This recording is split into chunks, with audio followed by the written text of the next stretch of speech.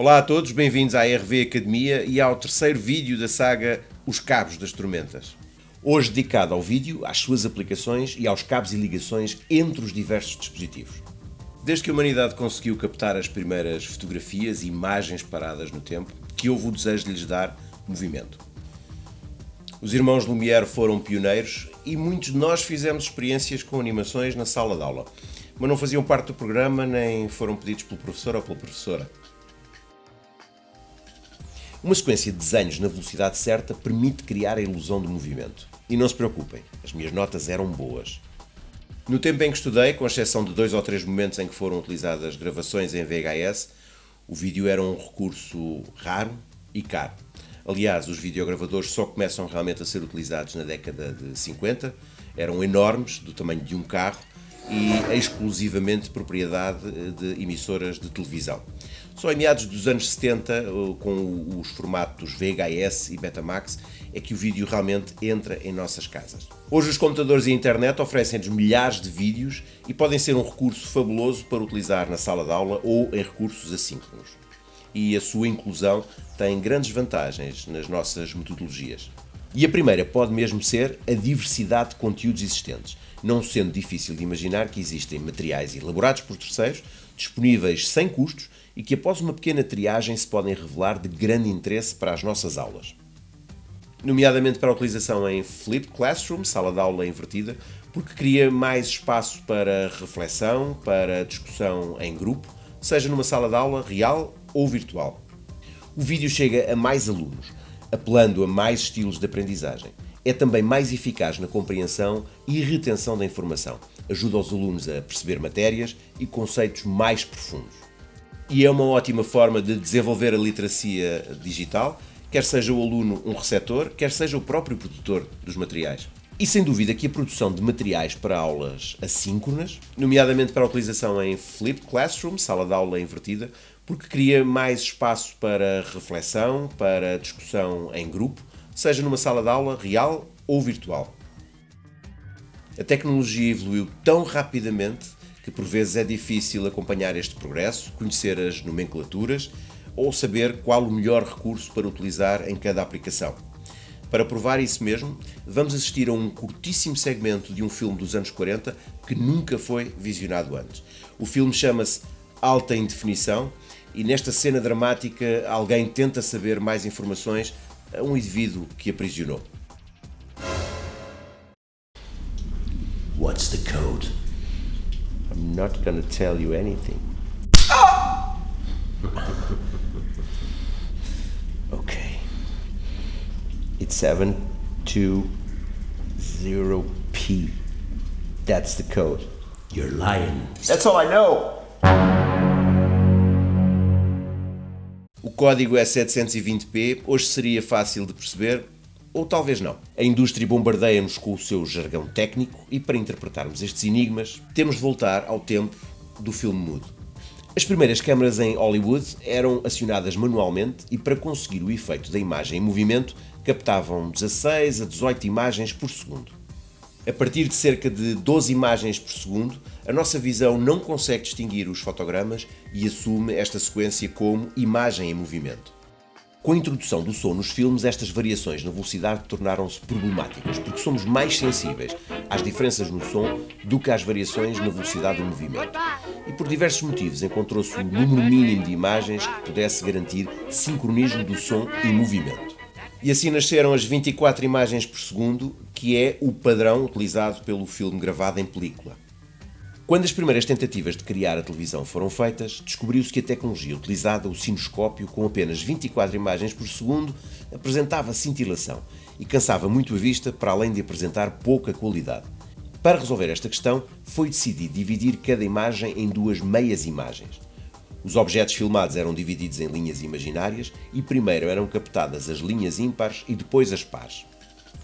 A soma de ambas resultava no frame, ou fotograma completo. O resultado estava ainda longe dos dias de hoje, mas porque o ecrã de raios catódicos era duplamente acionado para cada imagem, reduzia muito a cintilação. Assim, teoricamente, teríamos na televisão 2 vezes as imagens do cinema, ou seja, 48 frames por segundo. Mas a eletrónica estava ainda nos seus primórdios e garantir que autonomamente tudo era sincronizado, era complicado. Era necessário existir um maestro que mantivesse o mesmo ritmo. E por isso mesmo foram utilizados os ciclos da corrente alterna presentes nas tomadas das nossas casas.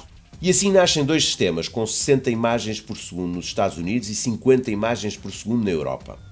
Estes sistemas evoluíram, trouxeram a cor, passaram a chamar-se respectivamente NTSC e PAL.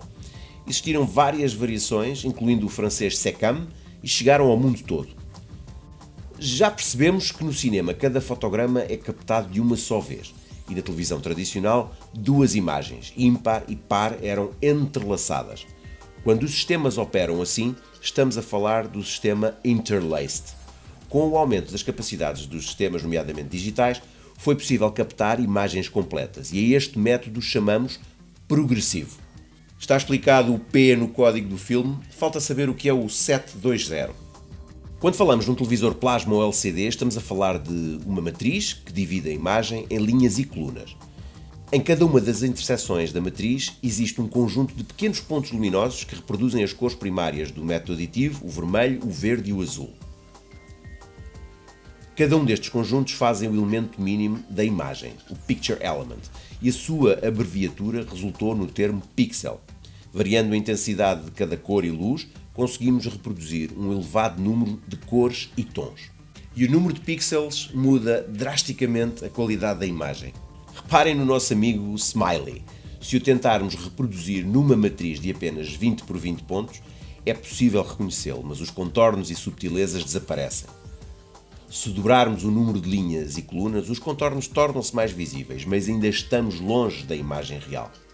A capacidade dos sistemas resolverem esta questão e tornarem imperceptíveis a olho os pontos dá-se o nome de resolução e está diretamente relacionada com o número de pixels por imagem. Para termos uma ordem de grandezas, o nosso velho VHS reproduzia o equivalente a 335 linhas por 536 colunas. A norma VGA para computadores, no seu formato standard, 480 por 640, convencionou-se que um sistema de 720 linhas por 1280 colunas seria HD, alta definição, e o Full HD é atingido com 1080 linhas por 1920 colunas. Os sistemas 4K reproduzem 4 vezes o número de pixels do Full HD. O número de linhas tornou-se a referência e podemos então perceber que o 720 do nosso código é, na verdade, o 720 da resolução. Estamos a falar de um sistema de alta definição com varrimento de imagem progressivo. E que cabos e ligações se tornam importantes de conhecer? Não vamos falar do SCART, ou 21 pinos, está praticamente obsoleto, mas existem cabos e ligações comuns de encontrar na sala de aula e nas nossas casas quando preparamos aulas síncronas e assíncronas, e convém conhecê-los. Alguns deles, inclusivamente, partilham fichas em comum com os cabos de áudio. O cabo coaxial, que encontramos ainda na maioria dos televisores, o cabo de vídeo composto, que encontramos em sistemas como videogravadores ou câmaras mais antigas, o cabo S-Video, que se tornou mais vulgar com as câmaras H8 e Mini-DV e ainda hoje se encontra em muitos projetores, os cabos por componentes, ou RGB, que se tornaram vulgares com os DVD e também nos projetores, e por fim o nosso cabo VGA, do mundo das tecnologias de informação, presente na grande maioria dos monitores, projetores e computadores. Podemos chamar ao cabo coaxial o cabo de antena e os seus sinais são modulados à semelhança da rádio e é necessário um sintonizador para captar um determinado canal de emissão. O vídeo composto utiliza a nossa ficha já conhecida RCA e é um sinal direto, dispensa sintonia, transporta luz e cor no mesmo sinal. O cabo S-Video utiliza fichas mini-DIN, é um sinal direto, mas separa luz e cor, aumentando a qualidade da imagem. Os cabos RGB ou componentes utilizam também as fichas RCA, mas cada um transporta um sinal de cor, vermelho, verde e azul. E por fim o VGA, que internamente transporta também sinais de RGB, mas também sinais de controle, o que permite, por exemplo, que o monitor se desligue e ligue quando o mesmo acontece ao computador de que o comanda.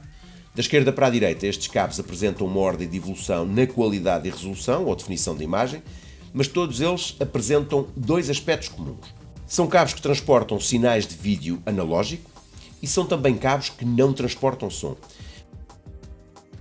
Para fazermos chegar o som do nosso computador a um monitor, por exemplo, é necessário ligar também cabos de áudio como os que vimos no vídeo anterior. Imaginemos dois cenários possíveis em sala de aula. Queremos ligar o computador a um projetor com entrada VGA que tem sistema de som incorporado. Deveremos ligar um cabo de vídeo, neste caso um cabo VGA, e adicionalmente ligar um cabo de áudio, normalmente um mini jack estéreo. E quando a sala de aula ou sala de conferências nos oferece um sistema de som em separado, podemos manter a ligação ao projetor e encaminhar o cabo de áudio para o nosso sistema de som. 3 dispositivos ligados entre si. Há certamente muitos professores e professoras que acumularam muitos materiais ao longo dos anos e, por exemplo, aquela filmagem que foi feita há 15 anos numa visita de estudo pode ser perfeita para ilustrar um conceito ou a explicar um determinado ponto da matéria. E se houver necessidade de ligar um sistema analógico, como uma câmara de vídeo mais antiga, para a gravação desse momento num computador que fala digital e não possui sequer uma entrada para vídeo, apenas saída? Teremos neste caso de fazer a conversão de sinal e existem no mercado cabos que o permitem, convertendo o sinal analógico em digital, disponibilizando-o, por exemplo, numa ficha USB que pode ser ligada ao nosso computador. Mas as fichas USB e mesmo as fichas digitais de vídeo, como o HDMI, serão objeto de estudo no próximo vídeo, os cabos das tecnologias de informação. Muita informação neste vídeo, alguma história também, mas podem encará-lo como sala de aula invertida e voltar a vê-lo. É uma das grandes vantagens da utilização do vídeo nas nossas metodologias. E o que é que vimos hoje em concreto? Fizemos uma breve contextualização, recordámos algumas vantagens da utilização do vídeo nas metodologias pedagógicas, falámos das imagens em movimento e da sua evolução. Falámos também dos parâmetros e as nomenclaturas do vídeo e, por fim, vimos quais os cabos mais comuns e como os devemos ligar. No próximo vídeo desta série, o quarto, iremos falar dos cabos ligados às tecnologias de informação, as suas ligações e de como pequenos ajustes no nosso sistema podem aumentar o seu desempenho. Espero que este vídeo e esta série vos estejam a ser úteis. Não se esqueçam de colocar questões ou comentários. O quinto e último vídeo desta série será dedicado exclusivamente à capacitação do vosso espaço em casa para a produção de aulas síncronas ou de materiais para aulas assíncronas. Pequenos recursos, dicas, algumas mais elaboradas, outras mais simples, mas que vão permitir mudar a forma como chegam aos vossos alunos. Até lá, boas aulas!